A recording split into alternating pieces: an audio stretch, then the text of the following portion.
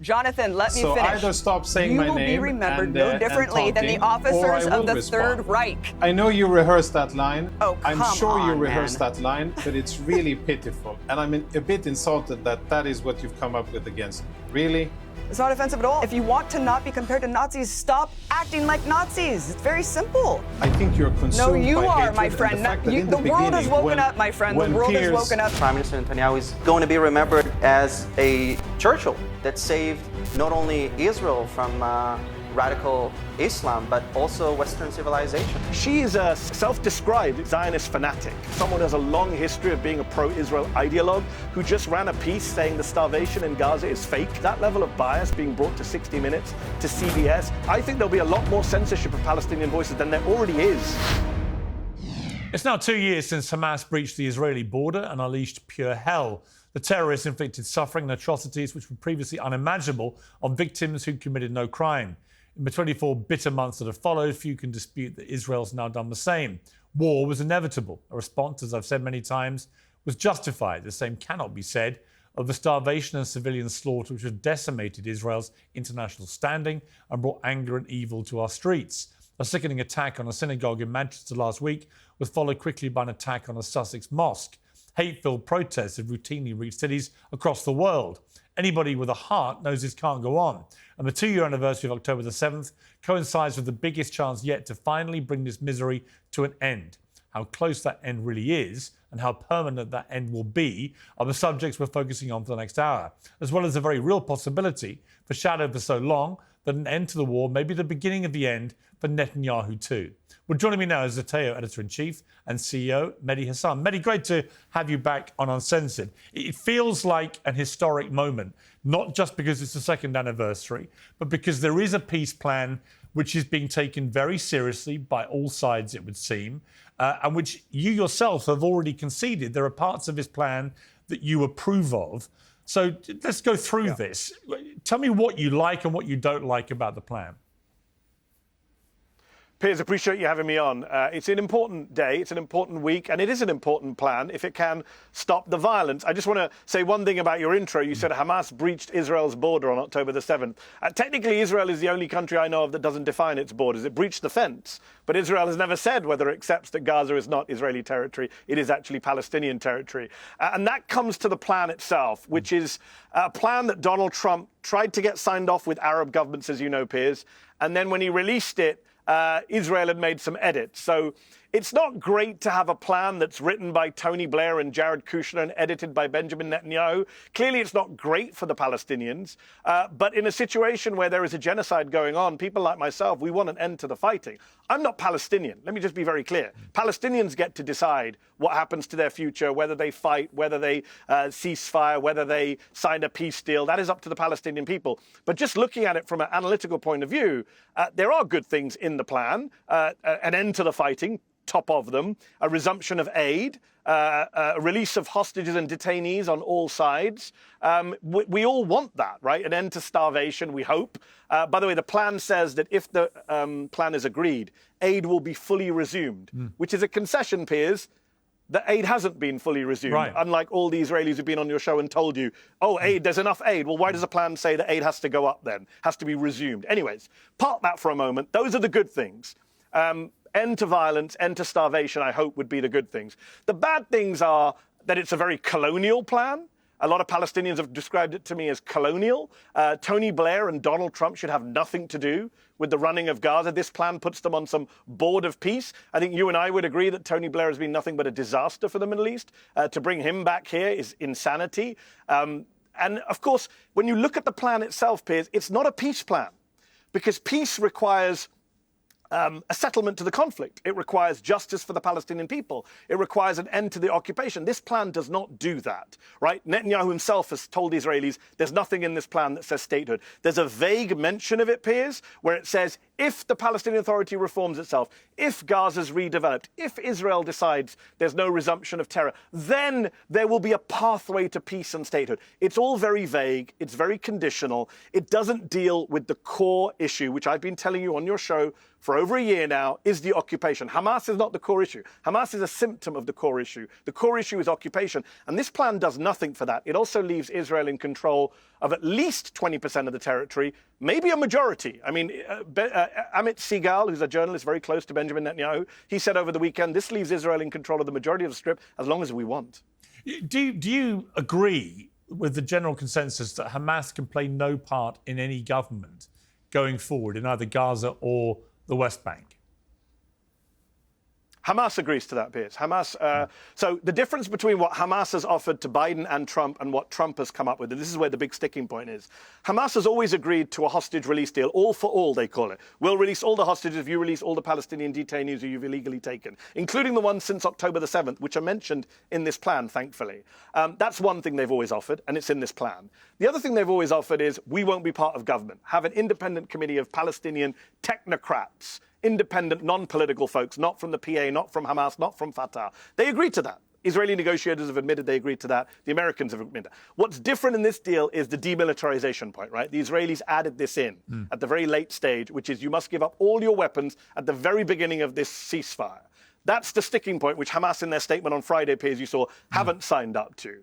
That's what they're going to be arguing about now in the coming days. But in terms of not being part of the government, Hamas already agreed to that, Piers. We could have had this deal under Biden. We could have had this deal in January when Trump came into office with his ceasefire that the Israelis then broke. This deal's been on the table, a version of it, for over a year and a half now. Matthew Miller, the former Biden State Department spokesman, who you know, he said that. You know, that even there, Netanyahu came along and added poison pills. The Israelis have added poison pills throughout. Hostages' families, you've interviewed the families of hostages, I've interviewed the families of hostages. They said it consistently, that we could have had a deal, but Netanyahu and Ben-Gvir Smotrich, they blocked it at every turn. And it seems to me that one of the pivotal moments in changing the narrative here and speeding things up was the extraordinarily ill-advised attack on Doha by the Israelis when they were trying to take out the Hamas commanders as they were literally meeting to discuss the peace plan. And they failed in that mission. They killed a Qatari security serviceman in the process, along with other people who were not involved at all with Hamas. And the opprobrium that they got them, not just from the Middle East, where there was complete outrage, and in particular, obviously, in Qatar, but also from apparently President Trump, who blew up in a fury at Netanyahu. You know, it would be truly ironic if that act of, in my view, just completely indefensible, I mean, illogical, to be honest with you, attack on Doha, if that turns out to be the catalyst for getting the deal done. Yeah, so let me agree and disagree with you. I agree with you, Piers, that it was indefensible, and it would be ironic if that leads to some kind of end to the fighting.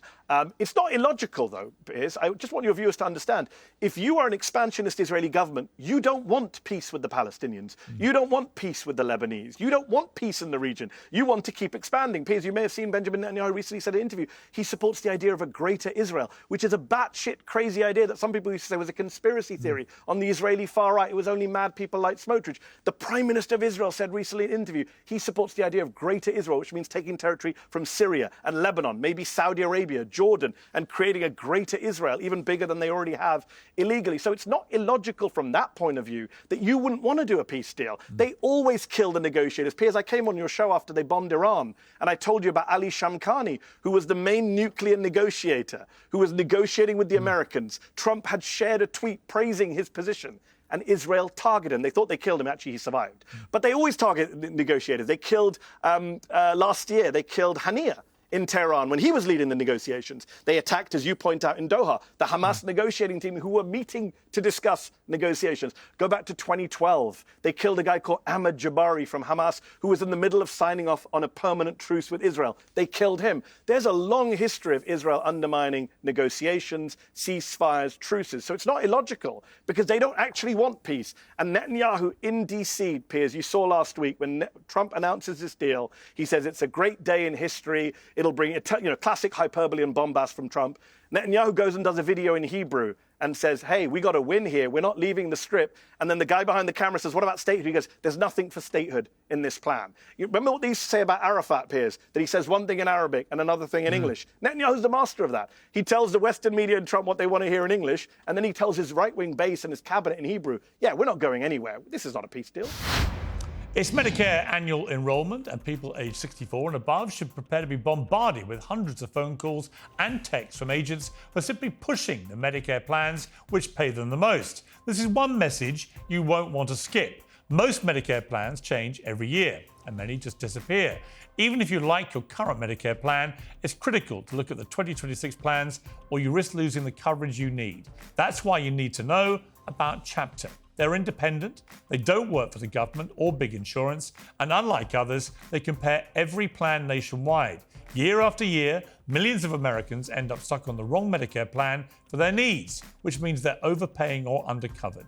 Chapter can review your options in less than 20 minutes. If you're on the right plan, they'll tell you. If you're not, they will help you switch. By doing this, Chapter has helped people to save an average of $1,100 a year. Click the link below to talk to Chapter and take back control of your healthcare. Call Chapter today at 910-708-7584.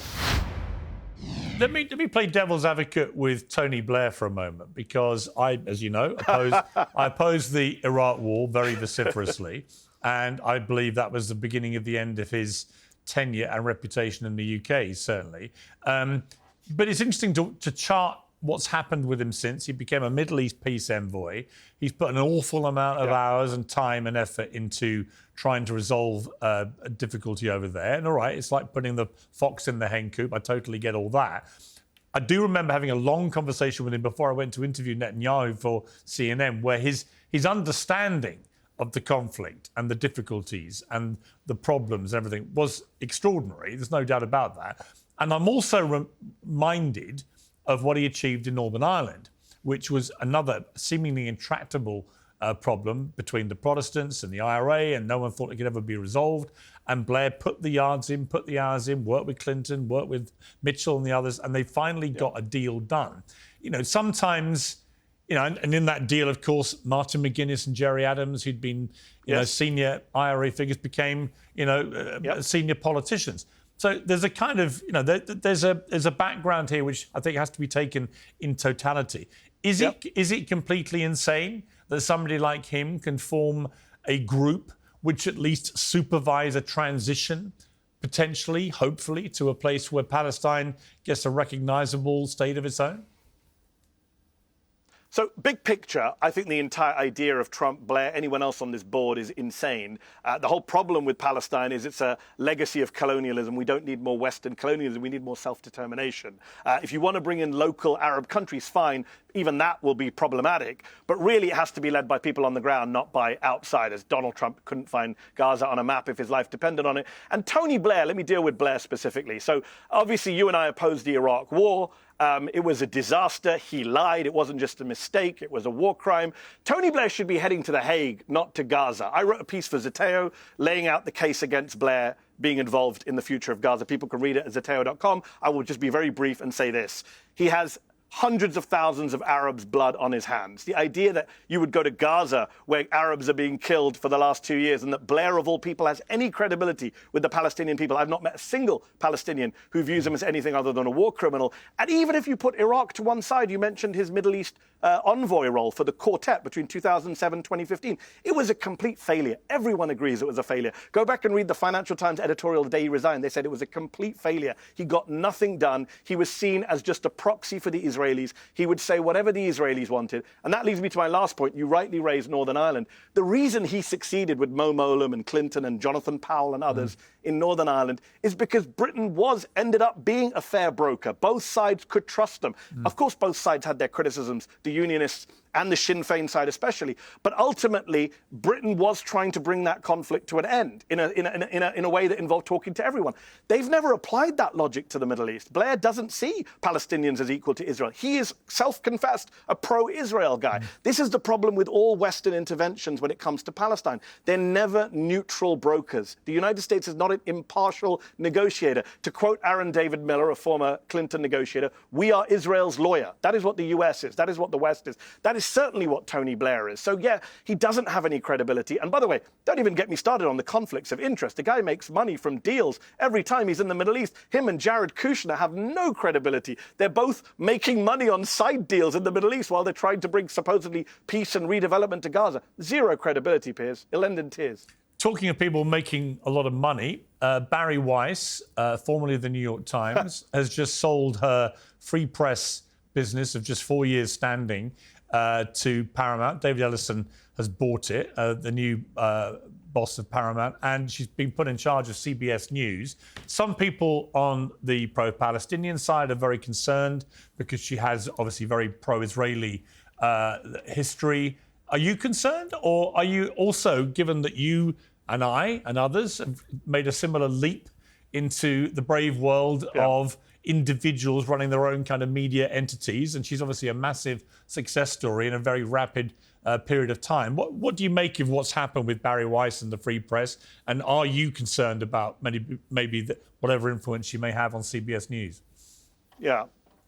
No, I'm very concerned, and sorry to do a second plug for Zeteo. I don't normally do this, but we just ran a big piece last night from my colleague Prem Thakur talking to insiders at CBS News who make the point that some of the stuff that Bari Weiss ran at the Free Press wouldn't even meet CBS editorial standards. They would get fired at CBS for running that stuff. CBS News it's not perfect. I have many criticisms of CBS News, like you do of all mainstream media, but they just ran a very good investigation last week, Piers, about how Israel bombed the flotilla in Tunisia, even denying it was them, but they spoke to US intelligence and showed that actually Netanyahu signed off on a drone strike on the flotilla. Is that the kind of story that Bari Weiss would publish under her reign at CBS News? She is a self-described, Zionist fanatic, right? The idea that a quote-unquote neutral media organization is led by someone who has a long history of being a pro-Israel ideologue, who has a history of trying to censor Palestinian voices when she was at university, who just ran a piece saying the starvation in Gaza is fake. It's not true. Nobody's starving in Gaza. That level of editorial standards, that level of bias being brought to 60 Minutes, to CBS,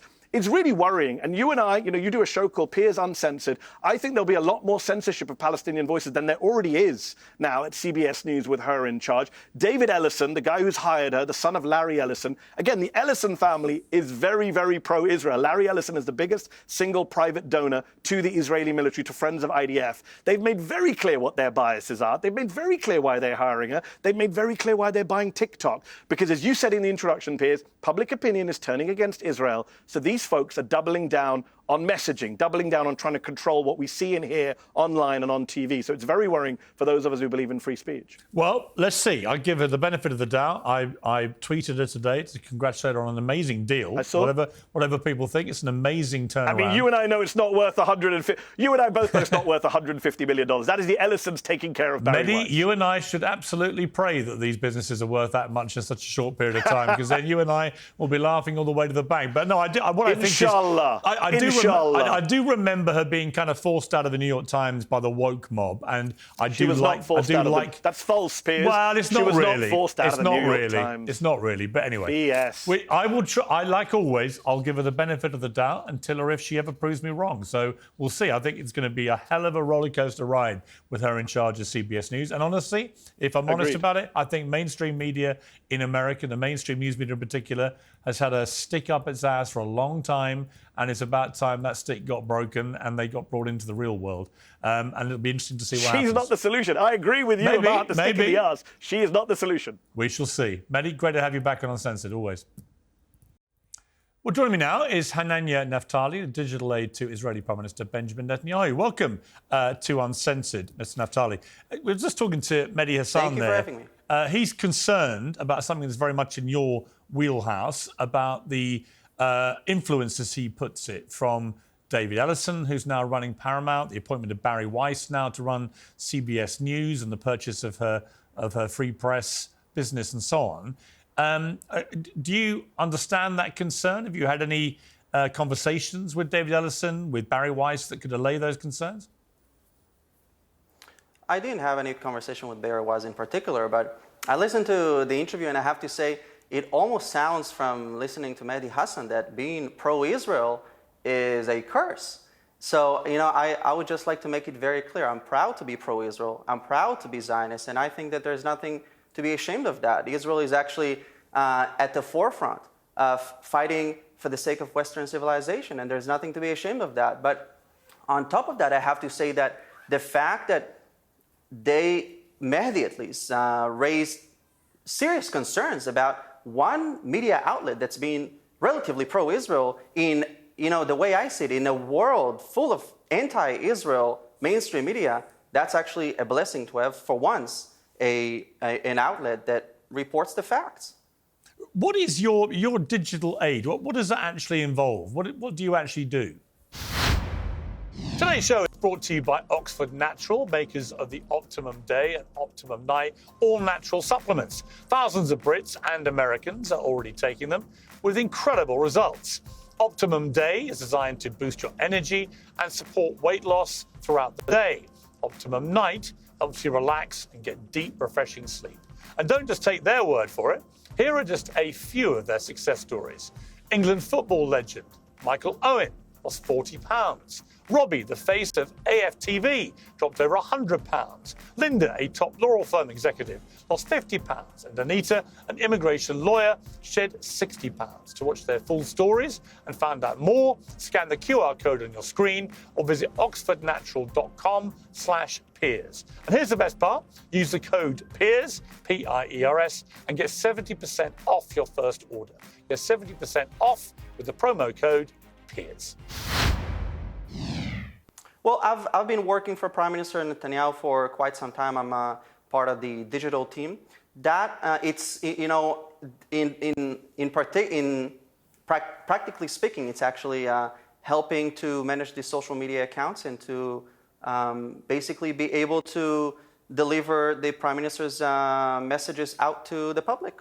And I'm very proud to be able to do that. I think that Prime Minister Netanyahu is actually, he is going to be remembered as a Churchill, if you ask me, that saved not only Israel from radical Islam, but also Western civilization, because we are right now in a fight. And while everybody around the world is busy blaming Israel for the world's problems, we are actually facing a serious issue. You see radical Islam taking over the world. You saw that with the Manchester attack. You see this in the rise in anti-Semitism. And the question that I'm asking is, if their problem, Piers, is only with Israel, then why do we see rise in anti-Semitic attacks against Jewish people who do nothing but wanting to live and pray freely without the need to fear for their lives?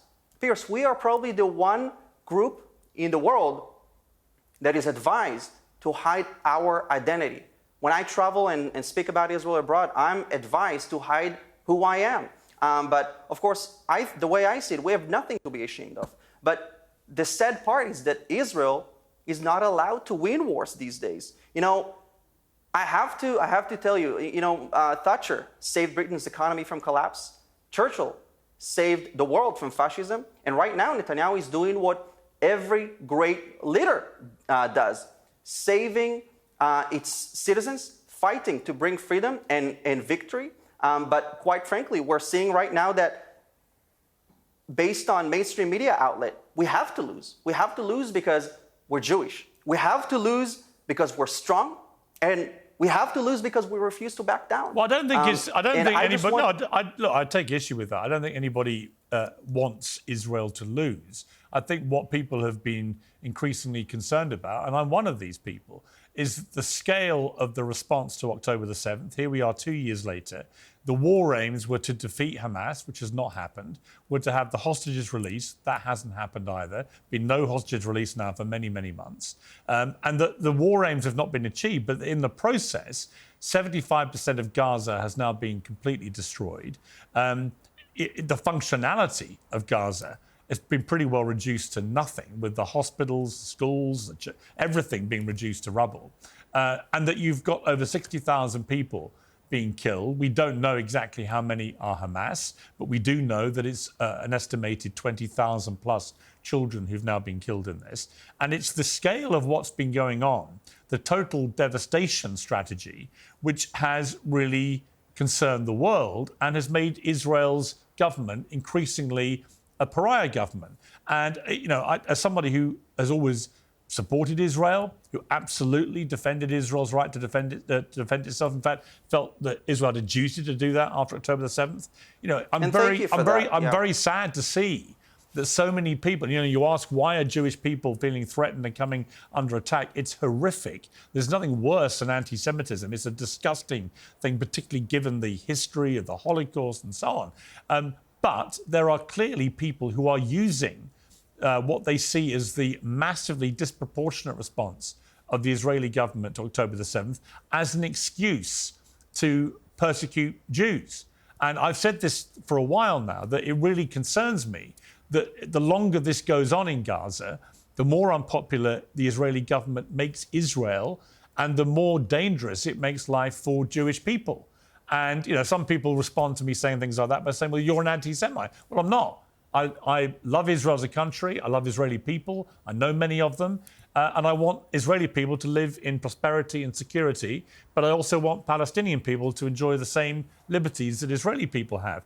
And I think we should better have these conversations without being branded anti-Semitic. I think it's a fatuous thing for people to say if you're not actually anti-Semitic. There are, as you know, enough anti-Semitic people out there to not include people who are not anti-Semitic.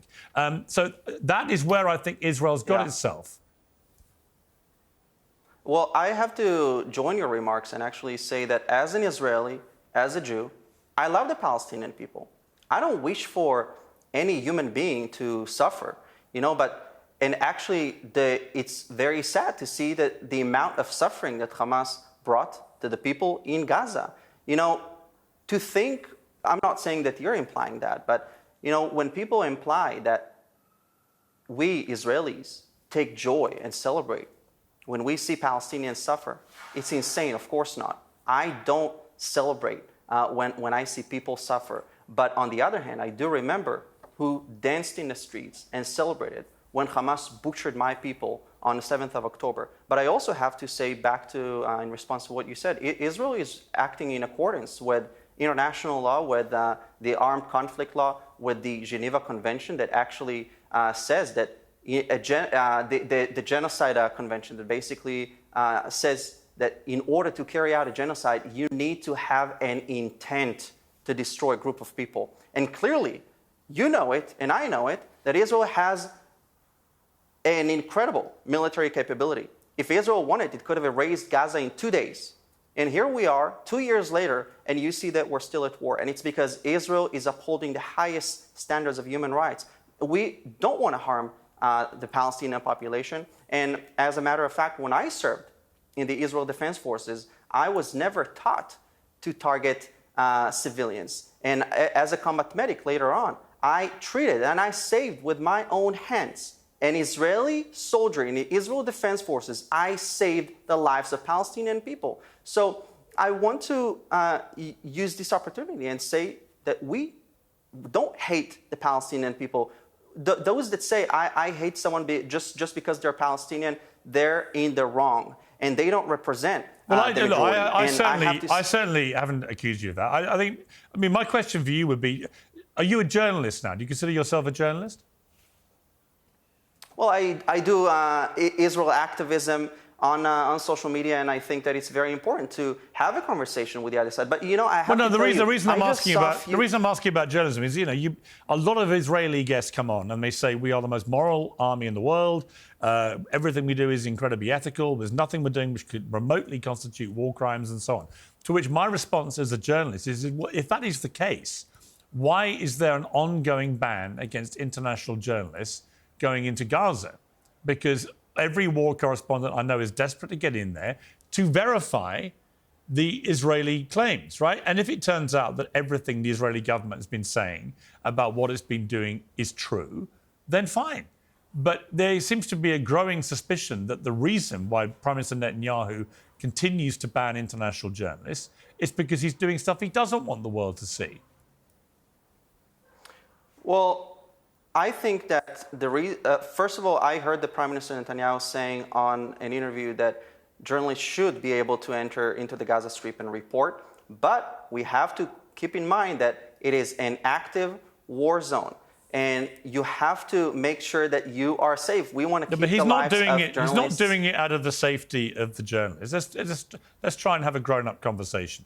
Netanyahu's decision to ban international journalists has got nothing to do with him being worried about the safety of journalists. If he was concerned about the safety of journalists and their well-being, then over 200 Palestinian journalists would not have been killed so far in this war, which is a record number for any conflict of modern times. So I think this argument that's put up, with all due respect, that it's for the health and safety concerns for the journalists is nonsense. I think that it would be incumbent on Israel right now to actually let journalists in to do their job and to verify either way whether what the Israeli government has been saying about what it's been doing in Gaza is true or not. And the longer that ban remains in place, the more the presumption will be, and I completely understand this presumption, will be that we are not being told the truth and there is a reason for this ban continuing.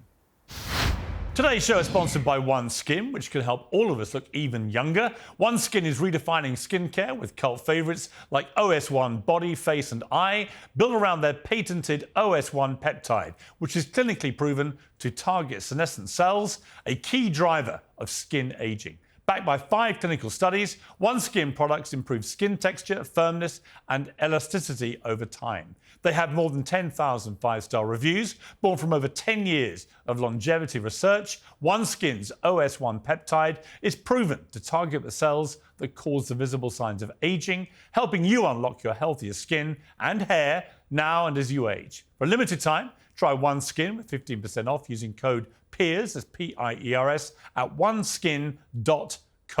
That's 15% off oneskin.co with code PIERS. After you purchase, they'll ask you where you heard about them, so please support our show and tell them that we sent you. Well, I have to say on that note, what I know, which is there was an instruction to allow journalists in, and I don't know what the Israeli army is doing in that regard. But I have to say that I think that journalists should be allowed to go in, but at the same time we have to make sure that they are being safe, because you're entering an active war zone, and Gaza is a very they know how to operate densely populated area. Again, look, with all due respect, Hananya, I know lots of war correspondents from CNN, from BBC, from Reuters. I've employed many of them when I ran newspapers. They do their own risk assessment. Yeah. Their networks do their own risk assessment. Their employers do. That's what they do all the time. They're operating in war zones all the time. You know, half of them have just been in Ukraine. You know, this is not something they're not newbies to this business. This is just an unprecedented situation where for 2 years of a war, they have been literally prevented from doing their job on the ground because the controlling party here, the Israeli government, has issued a ban. And we all know that. So I just find it extraordinary that this ban goes on and the Israeli government doesn't understand. The longer it goes on, the more suspicious it gets. Well, I have to say on that note, obviously we also know who else is in Gaza. We have 48 hostages, and to me it's just insane that you have Hamas, a terror organization that holds the bodies of hostages, dead hostages, that are in the Gaza Strip. I agree. And they won't even let them come home. But you know, Piers, I have to say on that note, I just saw a few days ago an image that just, I just have to share this with you. I saw an image of Abigail Idan.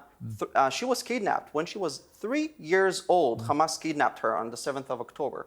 And there was a picture of her carrying her school bag and heading to school after being returned to Israel. So I think that this is the true victory that we see, that life in Israel goes on and we are not going anywhere. And I think that, you know, in regards to this whole peace plan and the efforts being made to bring our hostages back and put an end to this war, because we all know, and I think you would agree with me as well, that we have to end this war as soon as possible. And you know, the sooner the better, all while remembering that we must bring the hostages as soon as possible. Every day that they're there is a day in a living hell. And as we're speaking right now, there are still hostages in the dungeons of Hamas suffering simply because they're Jewish.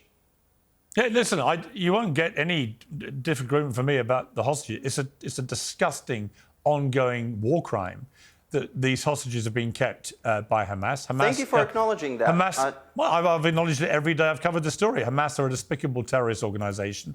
The snatching of hostages was disgusting. The murder of 1,200 people was disgusting. The wounding of nearly 7,000 more was disgusting. Everything about that attack 2 years ago was disgusting. With regard to the peace deal that you just referenced, you know, a lot of people clearly a lot of momentum now trying to make this happen.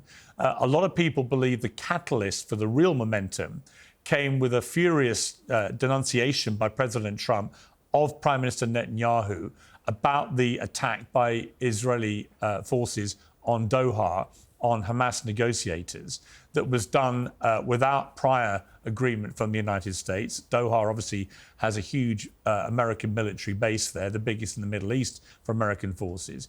And the moment that happened, I was like, what the hell is Israel doing? Why on earth would it, attack in Doha, knowing how inflammatory that would be to the whole Middle East and to all the rulers of all the Middle East countries, as it has been. It would enrage President Trump, who's a close friend of the Emir of Qatar. I know that because I saw them together in Doha at the state dinner earlier this year. And I couldn't understand anything about this. None of it made sense. And we now understand that Prime Minister Netanyahu apologised to the Prime Minister of Qatar for what happened. Donald Trump has now given security guarantees to Qatar that if this happens again, the United States will get involved in defending Qatar's interests. It seemed to me a calamitously bad decision, and it failed. You know, no Hamas commanders were killed. A Qatari security guy was killed. Other people totally unconnected were killed. I mean, do you concede now that this whole thing was a complete fiasco and should never have happened? Do I need to remind our viewers on the 7th of October how we saw the leaders of Hamas that, by the way, enjoyed their lavish No, you don't need to remind anyone of that. Qatar? I've just said that it was everything that happened on October the 7th was disgusting. But how do you defend attacking in Doha a group of people who are literally sitting down to negotiate a peace plan? What message does that send to the world about Israel's commitment to actually wanting peace? I didn't understand it then. I don't understand it now. We've now got an apology from your Prime Minister, your boss. Fine, but why did he do it? Well, first of all, I have to say it's totally okay to have different opinions. But I have to say, in my opinion, Hamas cannot be trusted to have peace. It needs to be enforced on Hamas, because we all know very well what the Hamas charter says. They will never tolerate an Israeli state next to them. They don't want a state next to Israel. They don't want anything that has the word Israel or Jew in it. So their charter says it very clearly that they wish to destroy Israel and build an Islamist state on top of that. So, quite frankly, we're not happy about those wishes, as you would as well, or any Briton that would hear something like that. If you had a neighbor that said, hey, I wish to kick you out of your home and actually kill everybody and build an Islamic state on top of that. So, quite frankly, we're not going to let that happen. So, Israel has every right to do what it has to do in order to safeguard our future. And look, some people are not gonna like what Israel is doing. That's okay.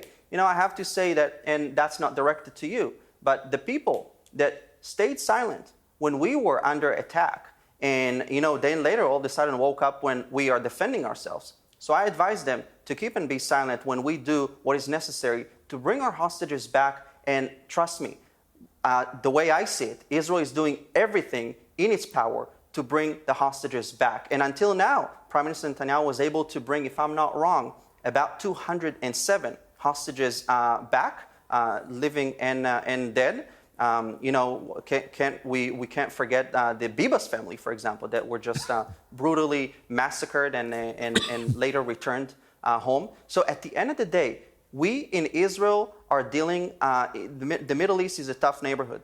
You make peace through strength, not through stupid concessions. We have tried that. In 2005, Israel withdrew completely from the Gaza Strip, hoping to get peace. Did we get peace in return? Of course not. We got rockets, we got all kinds of terror attacks, tunnels. I wish for the Palestinian people to finally have a leadership that cares about them more than their own pockets in the bank accounts, or about this sick ideology to destroy another nation. Because at the end of the day, we Israelis have offered the Palestinians peace multiple times. And I have to say, again, as an Israeli, I don't hate Palestinians. We can have disagreements. But at the end of the day, we need to acknowledge that Israel is a fact and it's here to stay. And at the same time, I say the Palestinians are also they're living, and I'm against kicking Palestinians from their homes. Okay, final question. I've interviewed Prime Minister Netanyahu 3 times before, including a few months before October the 7th. He's declined every single request we've made since, which has been, I think, pretty much every week for the last 2 years. Maybe you could put a good word in for us and see if the Prime Minister would come on Uncensored again and answer some tough questions. Because I think it's time that he and I had a chat. Well, it's not something that I heard about, but I would definitely love to forward your request to the team. But at the end of the day, I think that there are a lot of people that bash Israel constantly without really any evidence. So I think that it's really great to have an actual conversation and to be allowed to speak our minds as well and speak my mind. So thank you for that. Well, I appreciate you coming on Uncensored. Hananya Naftali, making your debut on the show. Thank you very much. Well, joining us now for our continuing October the 7th coverage is Abi Martin, investigative journalist and host at the Empire Files, and Jonathan Conricus, the retired Lieutenant Colonel and IDF spokesman. Welcome to both of you. Both, of course, been on Uncensored numerous times before. Abi Martin, where are you with this deal? Do you believe this deal is workable, that it can actually be the start of lasting peace? Well, of course, I welcome an end to the unrelenting slaughter and bloodletting for the past 2 years. There's been hundreds of October 7ths that have happened in Gaza. Of course, I welcome the cessation of massacres. The bare minimum demand for the last 2 years has been a ceasefire. So, of course, I welcome that. I think it's a big gamble by Hamas. I mean, this entire negotiations is basically putting Palestinians the barrel of a gun to their head and saying, subject, surrender, or die. First of all, no Palestinians were at the negotiating table. It was Gulf client states speaking on their behalf, Netanyahu and Kushner, who's personally invested in the settlement process. The whole gamble of releasing all the remaining hostages dead and alive within a 72-hour window is logistically insane. And of course, it's basically acting in good faith from the Israeli government, a pathologically lying, serial-killing state. Why should we believe anything that they say? They're saying they're not going to release any of the hostages, the 1,700 Palestinians they've been holding after October 7th, many women and children. Aside from that, they're talking about putting in a technocratic governing body by the likes of Tony Blair. I mean, this is basically cementing the subjugation of Palestinians, Piers. And I think the most cartoonish thing of all is the demand for full demilitarization of Hamas and other armed factions. I mean, basically what that is saying is that the precursor and justification for genocide is the notion of armed resistance. Jonathan, let me finish.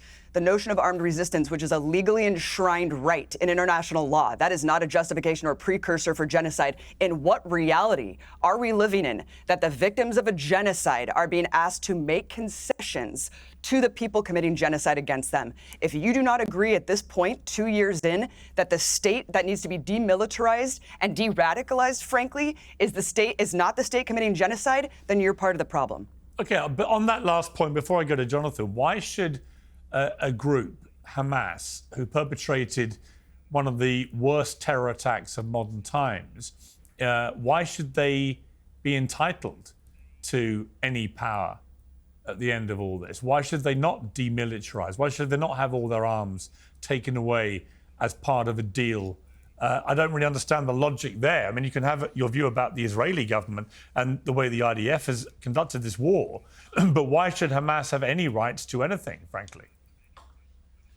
Well, Hamas already has said many, many times that they would completely relinquish governing authority. They have already said that they But why should they keep their arms, though? Gaza That's Strip. the point. That's not enough. But why keep their arms? Wait, why would they give up their arms without, hold on, why would they give up their arms without any sort of assurance for national statehood or sovereignty? Why would they do that, Piers? Why would you give up a right, a legally enshrined right to armed resistance to an illegal besiegement and occupation without any sort of assurances or promises of statehood? Well, again, I'll come to Jonathan, and I will come to you, Jonathan, but I would argue that when you commit a terrorist act of that magnitude, then you abrogate all your rights to demand anything. And the Israeli government position... Okay, so why is the logic not applied to the IDF? Well, I'll come to Jonathan for that question in a moment, but I'm just curious why you would think that Hamas has any rights about any of this. I mean, surely when you do what they did on October the 7th 2 years ago, in that moment, you surrender your right to anything. You can ask for it, but you don't have any rights left. I mean, you're basically saying, we are a despicable terror group. We're committing this outrage, and we're going to kidnap and kill and maim and do all the rest of it. But at the end of it, we want rights to demand things. That's not really how it works with terror groups. Well, that's exactly what Israel's doing. For the last 2 years, we've been seeing the most bloody genocide on steroids. This is Israel for who it is. This is their true nature and character. So why on earth do they get the right to make concessions? They are a rogue maniac state, killing all of their neighbors, bombing all of their neighbors. They need to be stopped. They need to be stopped. Why do they have any rights to demand concessions for the victims of the genocide that they're perpetrating, Piers? Okay. Why? All right. Well, let me ask Jonathan, why?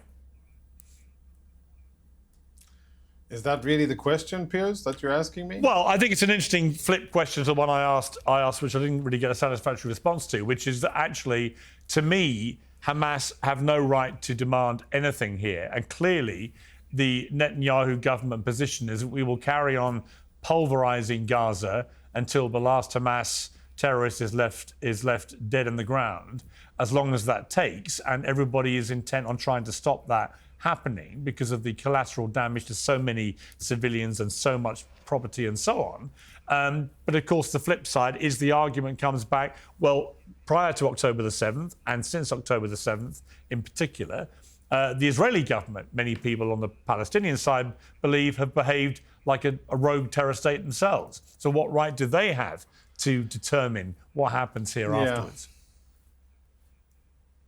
Yeah, I regret the parity. I think it's a totally false, dishonest, actually it's an absurd parity that is being made here. And I think it's very interesting to hear that, you know, even countries like Qatar, Turkey, Egypt, Pakistan, and a few other Muslim majority countries who have no long record of loving Israel or publishing positive statements or things that can be aligned with Israeli security interests, they are behind this initiative, and they are saying Hamas has no right to hold weapons, Hamas must be disarmed, Hamas should not govern the Gaza Strip, and Hamas must return all of the hostages. They're also asking, of course, demanding that Israel withdraw from the Gaza Strip and that there will be a pathway to a Palestinian state. And, you know, for most people who are normal and not consumed by Jew hatred and this feverish anger and hatred towards those annoying Jews who have their homeland in Israel, for most people who are sane,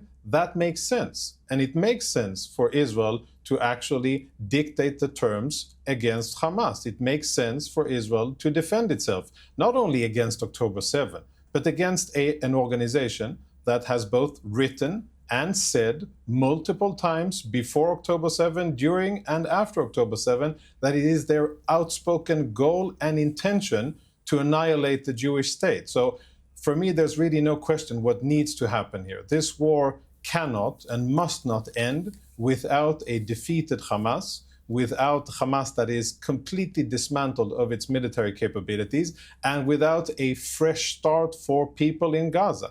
And I think that those are the very basic prerequisites. We'll have to see now if Hamas, how clever they'll be able to be. And I think they maneuvered diplomatically pretty well. They said that they're going to return hostages. Teams are now in place in Sharm el-Sheikh in Egypt, and they're going to start discussing the details. But the Israeli and American, and actually Qatari condition is first hand over all the hostages, dead and murdered, and then we start negotiating on all of the long and very substantial list of the 21 points that remain.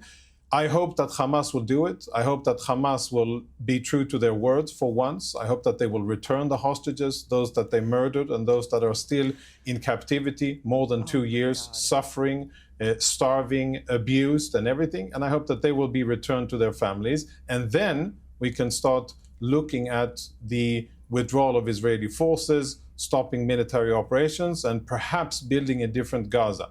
If you ask me if that's going to happen, what the chances are, we unfortunately have our experience, and we know that Hamas, they lie, they are deceitful, they're extremely cruel, and they will do everything they can to stay in power at the expense of the population in Gaza, at the expense of Palestinians.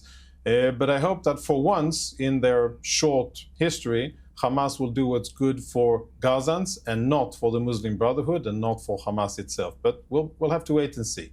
Abby, you were laughing a little inappropriately as he was talking about Hamas's need to release the hostages. Why would that be something that makes you laugh? I mean, surely that should be a prerequisite. Oh, no, I wasn't laughing at that. No, Look, of course I want all hostages, both Palestinian and Israeli hostages, to be released. I wasn't laughing at that. I was laughing at the audacity of Jonathan to just gaslight and lie and project everything that Israelis are doing onto Hamas and onto Palestinians. The audacity to look at Gaza today, which is completely demolished. We just saw the finance minister saying the demolition's done. Now the real estate bonanza begins. Netanyahu has said, bragging over and over again, we're not going to withdraw. You think we're going to withdraw?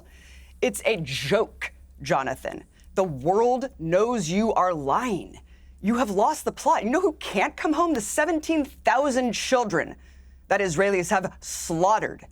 So all of this is it's just absolutely insane that 2 years into this, we all know that you're committing genocide. The only people who won't accept that it's a genocide are Israelis. And you know what? I think that you know it's a genocide, Jonathan. I think you just support it. You want the genocide. Abby, let me just jump in there. Abby, on this issue of genocide, you are aware that no country has ever been found guilty of actual genocide, are you?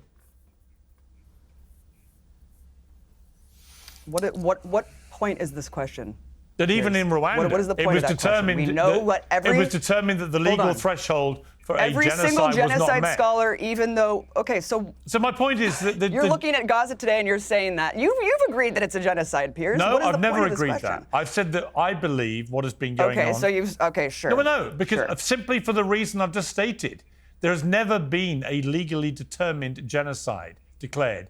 Okay, let's get him to court. Let's go to court with Israel. That's what I think. Let's see the evidence. That's what I think would be sensible, right? I think it would be sensible to do that and actually get a legal ruling about whether it constitutes genocide. I believe the Israeli government. 100%. I would welcome that, Piers, by the way. Jonathan and I have discussed this. I just think that it gets thrown around all the time, and people get attacked for not saying it's a genocide. I get stopped by people in the street, call it a genocide. To me, what has gone on has become an increasingly massively disproportionate response to the terror attack 2 years ago. 92% civilians killed. 92% civilians have been killed, Piers. That is unprecedented in any modern conflict. Well, we don't know the exact numbers. False. The numbers that I've read are that approaching 25 to 30,000 of the 60 or so thousand who've been killed are Hamas. But here's my point about that. We don't actually know. Because actually, the refusal by the Israeli government, and Jonathan, I know, agrees with me on this point, the refusal to allow international journalists into Gaza to verify this stuff is one of the biggest problems of this war. We just don't know what these numbers are. And it's an ongoing running sore that journalists can't do their job and get to the truth. But Jonathan, on this... Piers, I think we should address something, on the topic of numbers and, these big, important, historically loaded terms like genocide, like apartheid, like famine. Let's revisit, and I think that there's people who have been claiming and saying that there's famine in Gaza. Famine was declared by the IPC, I believe, on August 22nd. Now, a friend of mine has done the numbers on it, and I think it's important to be specific here because there are definitions, and when you say famine, that means something. When a UN organization claims that there's famine somewhere, that's supposed to be backed up by data and by reality. Now, according to the numbers and statistics and the globally accustomed numbers of the IPC, which they follow, they issued a declaration that on August 22nd, there's famine in certain parts of Gaza. By their own numbers of level 4 and 5, emergency and famine, there should have been 9,500 dead Palestinians by malnutrition, not natural deaths, not combat, not pre-existing conditions, 9,500 dead Palestinians since August 22nd. You know how many there really have been? According to Hamas numbers, 191. That's 98% off. Now, I challenge you and I challenge everybody who have been screaming and were part of the starvation campaign and the famine, all of the other nonsense that we heard with UN regalia attached to it. At the end of the day, it's a fake. It's lies. It is not supported by reality. It's make-believe, and it is propaganda against Israel that useful idiots who have no bearing on the situation on the ground are parroting just because it is a weapon But you wouldn't against dispute, Israel. Jonathan. It is untrue. But Jonathan, it is not factual. Okay, we but hang we on, can hang see on, the photos, right? Hang on, but Jonathan, you wouldn't dispute that there was a near 3-month blockade of substantial amounts of food and aid. I mean, that was indisputable. That happened. There were indeed months where not a lot was coming in, yes. Right. But that's true. But the important part, Piers, but the important part is what was the result? The important part is, okay, that was done by Israel and it was said by Israeli leadership. It was challenged by the defense establishment and there were a lot of internal discussions. But at the end of the day, when UN-affiliated organizations declared famine and every journalist, editor, media personality and talking heads repeated that as if that was gospel, nobody looks at the numbers. And even today, a month and a half after that, is anybody held accountable for these libelous, false, grotesque claims? Well, why Isn't don't we, it supposed to mean something why when don't we you say agree? Why that don't we there agree? is a famine Okay, and so why don't we, nobody's Abby, I will died? come to you. So why don't we agree? Rather like with genocide, right? I have believed that the rhetoric coming out of Smodrich and Ben Gvir in particular has made it clear there's been a policy by large sections of this government of ethnic cleansing. They would like to see all the Palestinians gone from Gaza and preferably the West Bank too. Thankfully, in this new plan, that is no longer apparently something that will be sustained by the American government, which means it probably won't happen. But let's not pretend they weren't talking about that openly. And in relation to famine, okay, let's just say there was a deliberate policy for nearly 12 weeks of starving Palestinians, and that some of them starved to death. I mean, there wasn't a policy of starving Palestinians. There was a policy of not providing the in other words, I think Piers, these words, Piers, in a way... We've spoken about this. But hang on, Piers, let me finish. We have spoken about this. We have. But you've addressed this, really, and we've spoken about it in the past. There was indeed an Israeli policy. And by the way, I reject and I criticize and I do not accept the statements made by Smotrich and Ben Gvir. I think that they are disgusting. I think that they are not representative of Israel. I think that they are fringe. I know we've had this discussion before. He's a minister in cabinet, etc. But I think that they do not represent the majority of Israel. And most importantly, they are not implemented on the ground by the IDF. And amongst the three of us, actually the one who knows what the IDF is doing and what the IDF isn't doing and what goes on in internal deliberations in Israel, I actually have access to that, and I can say, and that's one of the reasons why I am here and I speak about it publicly, is yes, there have been horrible, unethical calls by Israeli ministers that should be condemned. I condemn it. Most Israelis do, and they do not reflect what Israelis believe should be done. Is there a will for revenge against Palestinians for what they have been doing and what they did on October 7? Definitely yes. But that is not what the IDF has been doing. The IDF has been fighting Hamas and they have been applying military force proportionately according to military necessity against military targets. All right, that is what the IDF has been doing. Okay. And if we're honest, last sentence, yes, I know I'm speaking longly, last sentence, Israel is the only country that has been forced to provide food and fuel to its enemy. If you can give me any other example in modern history of a combating side that is forced to feed. It's the law. When you're illegally besieging no, it's not the law. It's not the law that you feed your enemy. Right. Yes, it is. Yes, it is. No, it is not the law. It is not the law. It is not the law. Hang on. I'll let you have a good long stretch Jonathan, there. you've been talking Let endlessly. Abby now respond without interrupting her. Abby. I haven't Jonathan, interrupted first at of all, just to be clear. Okay. Of course, because you've just been droning on and on with the most outrageous propaganda possible, basically saying, oh, they say that this many kids died of starvation, but really, that's a lie. We've seen the photos, Jonathan. It's skin and bones. It's like concentration camp victims coming out of the Holocaust. Do you know that we see this? I know that Israel's like to control the narrative with the billions of dollars with Hasbro propaganda, but we see the photos of starving children. We see doctors' testimonies saying baby formula was seized out of their bags. Baby formula. Why are you punishing babies? We know what the situation on the ground. Peanut butter was told to doctors that it was a luxury and stolen out of their bags, Jonathan. For the last 2 years, we've been told, not even talking about the siege before where calories were counted, given to Palestinians before October 7th, but just since October 7th, we've been told that there's no siege, there's no famine, that aid is not being prevented from being delivered, right? Well, we just saw an entire naval fleet committed an act of piracy and kidnapping of 500 activists illegally in international waters that were trying to bring baby formula and food to starving Palestinians. We've seen a mercenary force unload a barrage of bullets and kill more Palestinians begging for bread than civilians died on October 7th. So while people like you, these hand-picked spokespeople with American or Swedish accents, come and speak to Western audiences and placate us and tell us lies, we know what Israeli society thinks and believes, Jonathan. We see the news. I see Israeli Channel 12. I see the IDF reports. Of course I do. I see them coming out saying, guess what? Everyone left in Gaza City, the 250,000 people left, are going to be treated as terrorists and killed. And Jonathan, at the beginning of the show, you were exposed. Jonathan, Yeah, but I mean, you keep saying Jonathan. let me finish. Jonathan, let me finish. So either stop saying my name You will be remembered no differently than the taunting, officers or I of the will Third respond. Reich. You will be remembered no differently than the officers of the Third Reich. You will be Do a remembered little in the bit better than dustbin that. of history. I know you rehearsed that line. Oh, I'm come sure you on, rehearsed man. that line, but it's really pitiful. Come on, you can do better. You're a smart woman. You can do better. You've written books. You've narrated movies. You could do better. And I'm a bit insulted that that is what you've come up with against me. Really? Well, what's your response to the rest of what I said, Jonathan? So you don't want to be compared to a Nazi officer. I'll gladly tell Why you. would you, what's your why would you response to the compare? fact that in the beginning, Abby, let me just jump in there. I mean, Out of you're interest, so- Abby, you're so out of Hang on, bounds. Jonathan.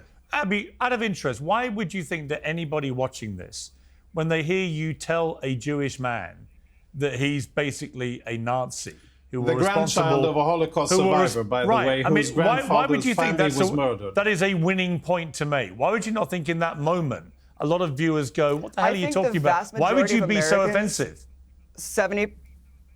Well, it's not offensive at all. It's not offensive at all. If you want to not be compared to Nazis, stop acting like Nazis. It's very simple. It's very simple. Stop doing what really? Nazis Come did on. and stop treating you asked Palestinians me, like you Jews asked in me what was concentration wrong camps, with what you Jonathan. said. You are in your little eco bubble.